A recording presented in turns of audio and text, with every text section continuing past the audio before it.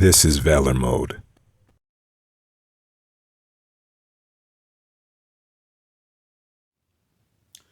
What's up, guys? This is Valor Mode. And what do you think about evolution? What do you think about millions of years? And then how do you understand millions of years or even a young Earth when everything like the modern science seems to point to a old Earth, millions of years?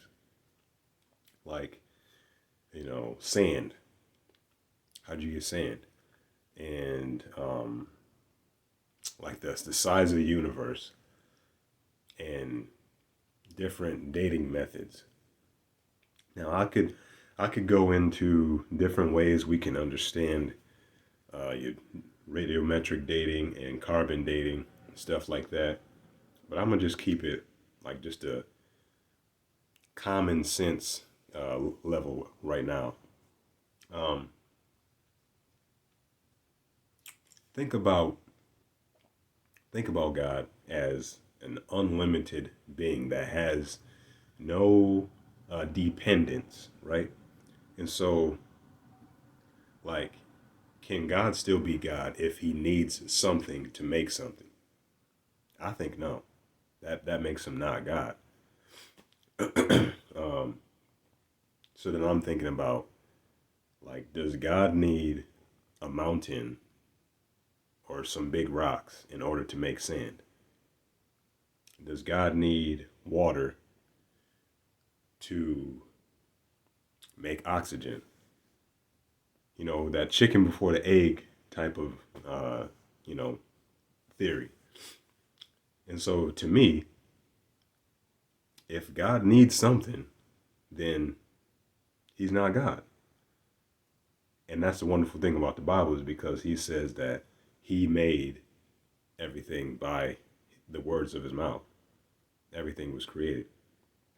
And then even that's confirmed in the Bible. Like, how come God said, "Let there be light," and the sun wasn't even made until the fourth day of creation? God doesn't need anything. He's God. Okay, and so how can you understand that, right? How can we understand that type of thinking? Like, we know that, or we understand that you need something to make something. Let's look at God outside of what we understand, right? Um, I'm sure everybody has read a book or played a video game or knows something about programming. In order, you can make a game today, right? Or a book.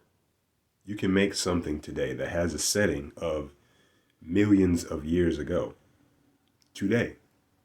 And in the setting of the game or the program, things are a million years old. I mean, you could have somebody in your video game or your book or whatever that is strong enough to punch a hole in a mountain or jump from building to building. You know what I mean? But no matter how strong that person is inside your book or video game or program, he can never be stronger than the person who created the program, right? He can't be stronger than that because the person who created the program can simply pull the plug. And that's how I think about God. The existence that you and I live on is this thing that God programmed. And so how can we say that millions of years or this thing is old? What if the creator of this program made that old brand new thing? What if he made a new old thing? Has anybody ever? I mean, maybe I'm talking silly here, but do you understand what I mean? Like, does God need mountains to make sand, or can He just make brand new old sand? Does He need to make a tree build it up for how many every years, then the tree die for him to have an old log? Or can he just make an old log of wood? I mean, this is what I'm talking about. So whether we can actually date something as millions of years old, what if it was made that way? Because as far as I understand, carbon dating and radiometric dating, they measure. All they do is measure.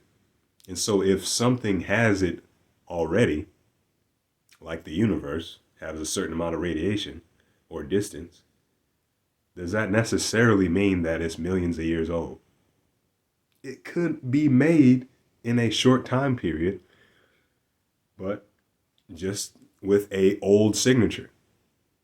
Is that impossible? I don't think it's impossible.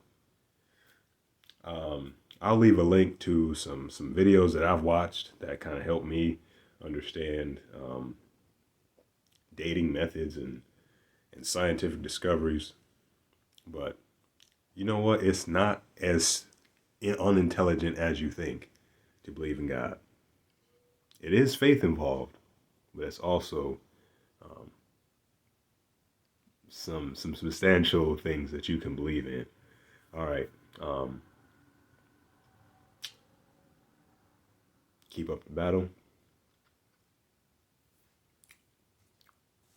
If you ain't fighting, you're dying. Keep up the battle.